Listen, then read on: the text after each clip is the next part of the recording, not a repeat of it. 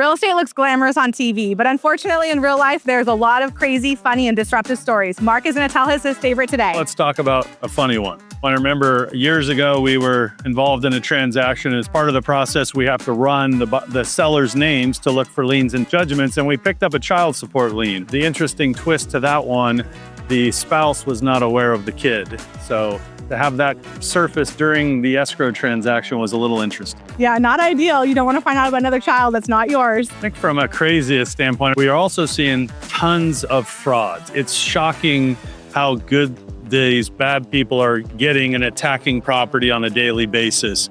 We are seeing entity and trust docs manipulated, fraudulent demands. If I could tell anyone listening here as a buyer or seller, the wiring instructions during the transaction should never change. If you see that, make sure you're verbally verifying with your escrow company, because that's where, unfortunately, we're seeing a lot of fraudulent activity.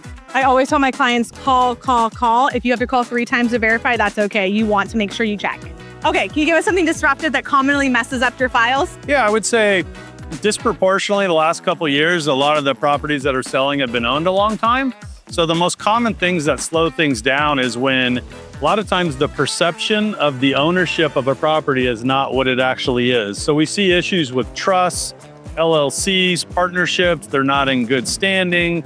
People have done things to the title that now require a probate. So it's always wise to reach out to Kristina or really know the structure of your deal before you get into escrow. That's why you want to have a good broker on your team that makes sure that they're protecting you every step of the way. I want to add one more bonus one on a transaction we had a couple years ago. It was a cash out refinance. Property was in a trust, and we were presented a power of attorney with a grandson trying to pull out $500,000 on a property. So naturally, we need to check the trust to see if they're allowed to use a power of attorney. And we ultimately got the trust. Power of attorney is not allowed, and the grandson had been disinherited. Ooh, so that's a bad one. These are the things we in title are looking to protect everyone involved. Mark sees everything. And don't forget, you make more with Kristina Moore. Call me today.